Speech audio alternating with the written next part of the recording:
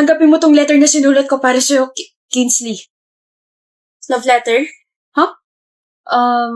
Maybe. Saan ka pupunta? Alis na. Babasahin ko to habang nasa harap kita. Nakakahiya. Kinsley, I've known you since last year and I could still remember how you made my heart throb in pain. Miski dugo ko umaalon kapag nakikita kita. Gusto ko lang malaman mo na I admire you and your personality. Genesis. Genesis, ang corny nun. It's short and cute. First time ko makareceive ng ganito. Seryoso? Oo, but anyway, bakit in pain? Di ba dapat kinikilig ka or something like that? Ano ka? May sakit sa puso? Paano mo nalaman? Wait, what? Hindi naman malala. Pero ayun, mas nananaig yung sakit kapag kinikilig ako. Mamamatay ka na ba? Huh? Alam ko ang vulgar ko, pero Hindi nga malala sakit ko, kalma Kinsley. Feeling ko tuloy nag-aalala ka para sa akin. nag-aalala talaga ako kasi what if mamatay ka dahil sa akin? Yung tipong pagkakita mo sa akin, kinilig ka tapos inatake ka. Wag! Ayoko! Bakit ka natatawa? Di ba dapat na-offend ka? Mainis ka sa akin para mawala yung feelings mo sa akin. Sorry ka. Pero isa sa mga nagustuhan ko sa'yo ay yung strong personality mo. Kaya, mahirap yung gusto mo. I'll keep liking you no matter what. Hoy, Bakit? kakakilala ko pala sa'yo pero bakit ang Ang charming mo ha? Bisit. Shucks. This is so naughty. Excuse me, I have to go. Thank you, Rito.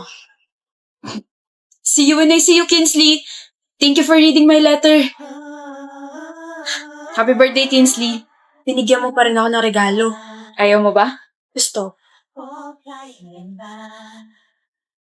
Notebook. Ang hirap mo talagang basahin. Hindi ko alam kung impressed ka ba sa notebook na yun or disappointed ka. Notebook na may poems.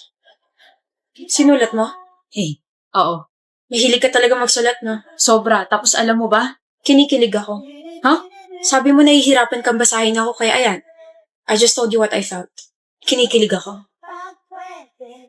Thank you for this. Hoy!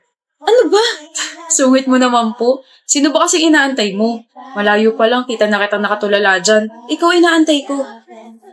Ang hilig mo sa ha na yan. Wala ka ba ibang sasabihin kundi yan lang? Sama bang magulat? Huwag kang magulat at baka atakihin ka. Ikaw ha? Nafu-fall ka na sa akin, no? Mama mo na fool. Sumbong ka ta sa mama ko. Favorite ako ni tita, sorry ka.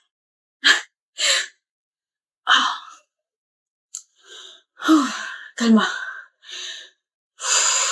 Kinsley, bakit nandito ka pa? Inaantay si Genesis. Uwian niya na, diba?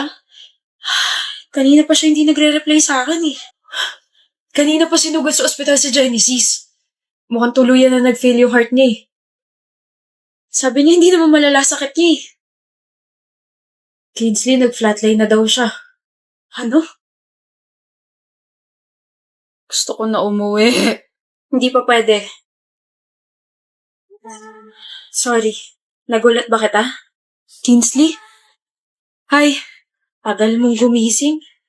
Muntik na ako mainip kakaantay sa'yo. Last week pa kaya ako gising. Alam ko, pero ang tagal pa rin nung 2 months kang tulog. Ayun, sabi ni tita, mag-focus daw muna ako sa exam ko, kaya kahit gising ka na pigil pa rin ako sugurin ka rito. Nag-alala ka, no? Kala mo, patay na ako, no? Malamang! Nag-flatline ka eh. Tsaka pag namatay ka, paano na kami? Paano na ako? Ha? Ano yun? Kung kailan gustong-gusto na kita, tsaka mo ako iiwan? Huwag ganun, oy! Oh. Araw-araw nagsusulat ako para sa'yo. Lamunin mo yung mga letters ko. Mabusog ka sana dyan. Kinsley. Tsaka huwag ka masyadong kiligin at baka ano pang mangyari sa'yo. Kalmang kilig lang, okay? Tsaka na rin yung I love you ko kapag tayo na tsaka nakalabas ka na sa ospital. E di tayo na. Gusto mo bang ibaon ko yung swero mo sa noo mo? Manahimik ka nga.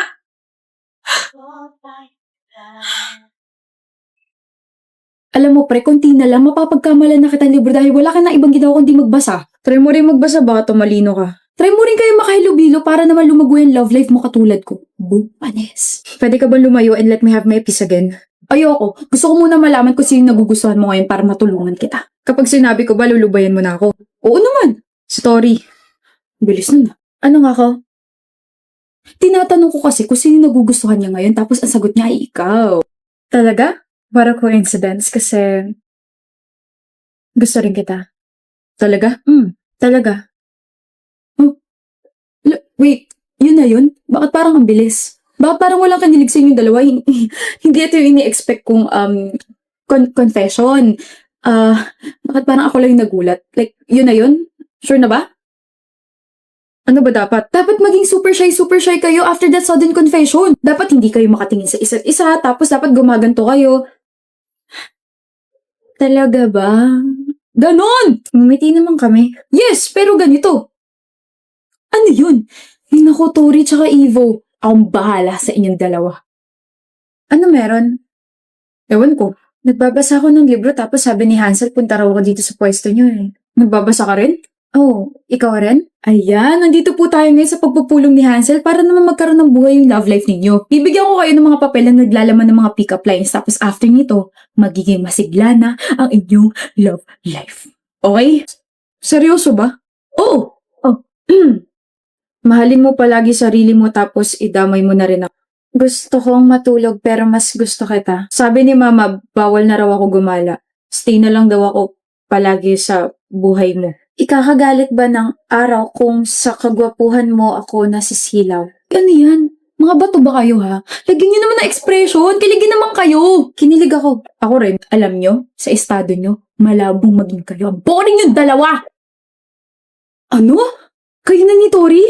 Oh, narinig ko pangalan ko. Lumipat lang ako ng school tapos kayo na? What is this betrayal? Paano? Like, ang alam ko, hindi kayo mag-work. Like, huh? Sabay na tayo umuwi, Tori. Pero hindi tayo pares ng jeep, diba? Pahatid muna kita tapos sabay ako uwi sa amin. Bakit? Kasi gusto kita. Bakit mo ako gusto? Ganda mo kasing tignan. Just the looks? Taray ko nga raw tignan eh. No, I mean, ang payapa mong tignan. Your whole vibe. I like it and I wanna know you more. I wanna know who's your go-to author. I wanna know kung paano maapektuhan ng mga binabasa mo yung mood mo. I wanna know kung ano yung mga pinapakinggan mo. Ay, gusto ko rin yan. So, natapos ko na yung libro ni-recommend mo and I'm so sorry, Tori, but I don't know what to feel about it. I don't know if I hate the story or I just hate the plot twist. Like, the characters are very annoying and the plot twist was very predictable. Talaga? I loved it. I mean, it's predictable pero alam mo yun, may hint ng realidad. But I love the ending. Like, hindi siya nagsettle dun sa Milit kasi he was such a jerk towards her. But wait, sa pagkakakilala ko sa'yo, kapag ayaw mo agad sa story, dinadrop mo agad. Ano nangyari? Tinapos ko kasi nirecommend mo eh. Oh, shut up. Tapos mo na bang pakinggan yung album na nirecommend ko sa'yo, Tori? Oh, sasabihin ko pa lang eh. Anyway, yes, napakinggan ko na siya and most of his songs are not my cup of tea. Masyadong mabagal at saka nakakaantok. Gusto mo kasi yung mga upbeat eh. But I do understand kung bakit mo siya favorite. Why? Habang kumakanta siya, parang ikaw at siya lang yung nasa kwento. Yun yung naramdaman ko. Para sa na naisip when I first listened to his songs. I really appreciate it. And that's how we became a couple. Hindi ko gets. Yun na yun. As in, yun na yun. No offense ha, pero boring ng relasyon nyo. Sure ba kayong nag-work yan? Hansel, hindi mo talaga kami magigets kasi that's not how you communicate your love to your partner. We have our own ways to show kung gaano natin kagusto yung isang tao. Sa estado namin ni Tori, we communicate using books, music, and silent dates. We're not very vocal but we do understand each other. So kung boring man para sa inyo relasyon naming dalawa, ang importante, masaya naman kami. Diba? Kumbaga hindi namin kaya makakeep up sa energy na gusto niyo makita sa amin. Like parang sa inyo, very public, very energetic, very outgoing. Pero kami, hindi kami ganon. Sa madaling salita, bro, you'll just have to respect our boring relationship. Okay. Sorry. Alam ko. Alam ang alin? Ha? Alam kong gwapo ako, so please huwag mo na akong titigan. Alam ko rin. Na gusto mo nang ihampas sa akin yung dala mong bag. Iba na talaga mga kabataan eh. Ang kapal na mga magbuhat ng sariling bangko. Kala ko naman kapag nag-college na ako, pwede na ako magsuot ng kahit na ano. Ha-uniform pa rin pala. Init no. Pero at least we don't have to think kung ano yung pwede natin suotin araw-araw, di ba? Ah, Draven nga pala. Marketing irregular student. Okay, ano pangalan mo? Alam kong hindi mo ako titigilan base dyan sa mukha mo. Gladys, ayoko maging friends tayo. Ayoko. Sige, best friends na lang. Gladys! Masakit dyan mo? Lagi ka na lang kasing nakahawak dyan. Ito. May abs kasi ako eh. Nag-aalala ka na sa akin na bored lang ako. Lalambot din yung puso mo sa akin. Gladys! What is the meaning of this? Bakit di mo ko hintay? Tagal mo eh. Sabi mo sabay tayo pumasok. Di mo kayo mag-isa? Hindi. Ako sa'yo. Gladys, may iba ka pa bang friend? Wala. Meron! Ako. Pinilit mo kaya ako. Pero, hindi mo ba trip yung iba nating mga blockmates? Trip? And bakit hindi ka nakikihalubilo sa kanila? Dito ka na lang lagi sa likod na kapwesto like me. Trip ko sila pero hindi ko masabayan yung trip nila. Okay na. Ako? Sasabayan kita sa trip mo kahit lumangoy ka pa sa fish pond. Yung mga trip kong kaibigan, tahimik. Tahimik ako. Tahimik ako, Gladys. Promise. Sorry kung hindi ako nakapunta sa family dinner nyo kagabi Ayos lang. Hindi kasi ako pwede lumabas eh. Draven. Ayos lang. Nga pala, aalis ba kayo sa araw ng mga patay? Kasi kami, oo. Dadalawin namin yung grandparents namin. Saan nyo dadalawin? Baka mag-cross yung landas natin. Oh? Sa Manila Memorial Park, sa Columbarium. Doon din kami! Best friend talaga tayo. Psst, doon lang po ako Kang lalayo.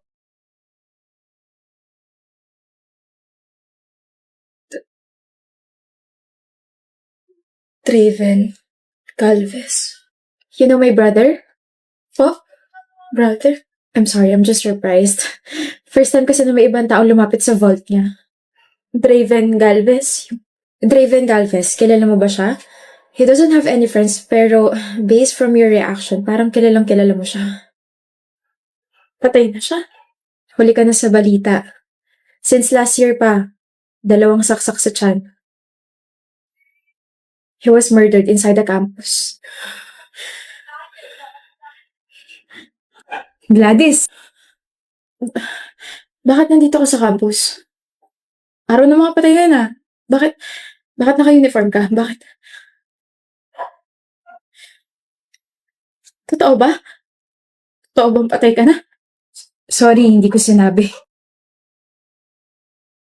Naghihintay ako eh. Naghihintay? Naghihintay ako na may makita sa akin dito sa campus at madalaw ako ng taong yun sa vault ko. Yun yung huli kong kailangan gawin bago ako payagang makaalis dito sa school. I sometimes wonder bakit laging malungkot yung mga mata mo. Na kahit nangiti ka, natawa ka, hindi yun nawawala. Na parang nanghihingi ng tulong. Kaya pala palagi kang nakahawak sa tiyan mo. Kaya pala hindi ka man lang tinitignan ng ibang blockmates ko. Kaya pala parang may pumipigil sa aking hawakan ka. Kaya pala kapag nag-uusap tayo, people were giving me weird stares. Yun pala, patay ka na. Matagal na. Takot ka na ba sa akin? Hindi ako nagsisisi sa Draven. Masaya ako na nakalala kita. Hindi ba pwedeng dito ka na lang?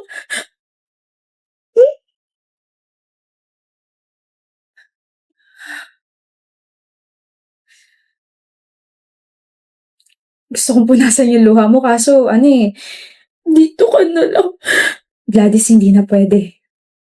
Thank you. And sorry kung iiwan na kita rito Kailangan ko na magpahinga na tuluyan eh.